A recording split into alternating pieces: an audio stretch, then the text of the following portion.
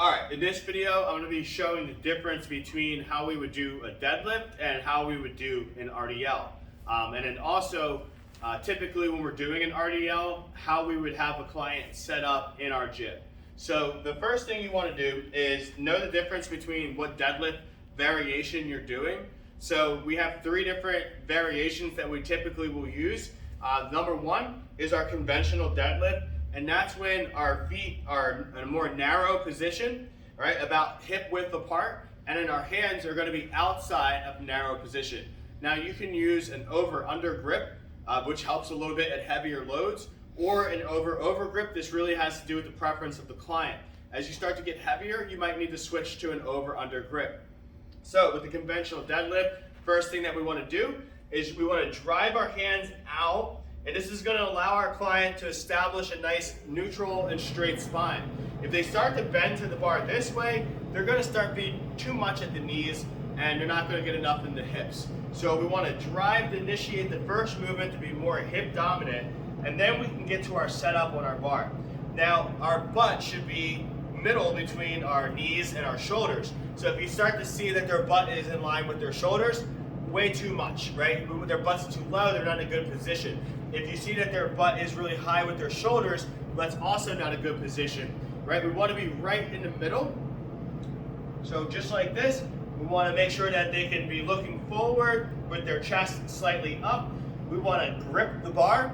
Then we want to rip it, and think about ripping as in pulling and engaging and tensing all of our muscles, right? So we're ripping to get tight and pull the slack out of the bar.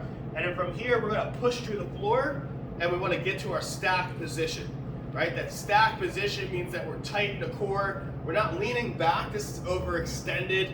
This is still in a flex position. We want to be in a stacked position, right? And we get there by pushing through the floor. So once again, that's grabbing the bar. So grip, we want to rip, sit back, push through the floor, and get to our stacked position. From there, we do our reps. If we're doing 5 reps, 6 reps, or whatever, we would just go consecutive reps, stopping at the bottom. We don't want to bounce.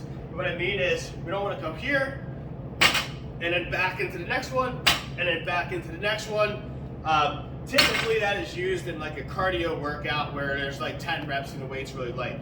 When we're doing strength-based deadlifts or power-based deadlifts, you want to make sure that there's a complete stop. So we come up, and each time, we would reset. So that's the technique on how we do it from the conventional stance. If we wanted to switch up our stance, we might go to a pseudo sumo, which is usually one of our first ones we use with the client. So it's slightly wider now than hip, and now the hands are on the inside of the bar, or inside of the legs, and this is just giving them a little bit more mobility to be able to get down to the bar. And it's a little bit of a safer pulling position. So everything else stays the same. We would get into position, boom, we would grip the bar, we would rip the tension, and we would push through the floor to get to our stack. Now our sumo deadlift is a lot wider stance, so feet are a couple inches away from the plates, but everything else stays the same. We drive the hips out, we get to our position now, we're probably gonna be inside that gnarling a little bit. We're gonna grip, then we're going to rip that tension out, sit down deep, and we will come up and do that deadlift. So the sumo position is just a little bit wider feet. And you're definitely going to watch out that your client doesn't slam their feet with the bar, because sometimes that can be scary. All right, so with an RDL, we're going to hang here. Now, if you're going from the floor with a client, it's a lot different than if you have a rack. So if you don't have a rack with the client, this is how we would do an RDL. We would get to our conventional stance. We would do a deadlift, so conventional deadlift to get up. All right, and now we're set up in our stance, where now when we go into our RDL, what we're trying to do is we're just doing the reverse of the deadlift, right? So we're starting with the eccentric movement, and we're driving our hips back, creating that bend.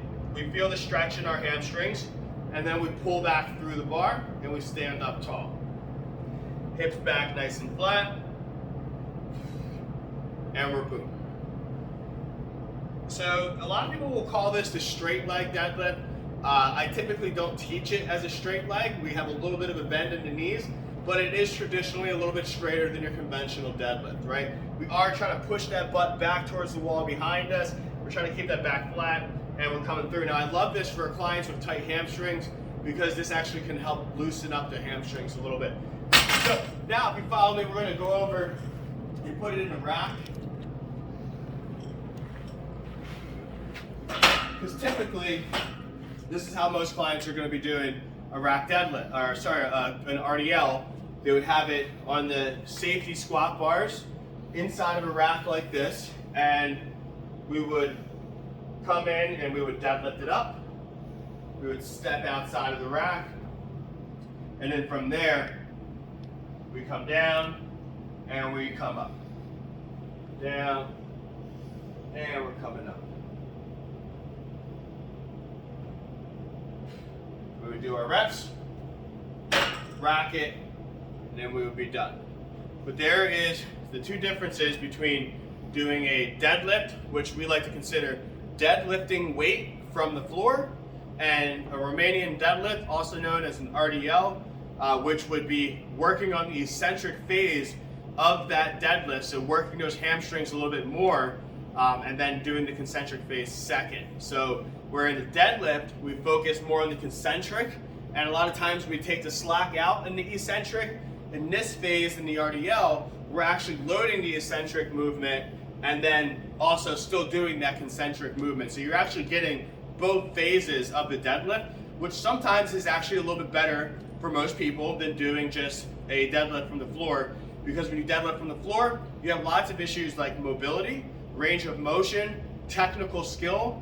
So in other videos, we'll talk about how to do different variations of deadlifts from the floor that will help your clients be able to bridge that gap, whether it's deadlifting from a rack position or using a hex bar high handle deadlift. Those are a couple different techniques that allows the, I guess you can say, the bar to be a little bit higher so that they don't have to go all the way down. Because if your client is trying to get all the way down, and maybe this is the furthest they can go, well, deadlifting from the floor is only going to put them in a flex position or that overextended position, and that's what we don't want to see. We want to make sure that we're always keeping a nice flat neutral back. So we want to pick a hip hinge variation that they can do confidently, and keep that neutral spine the whole time.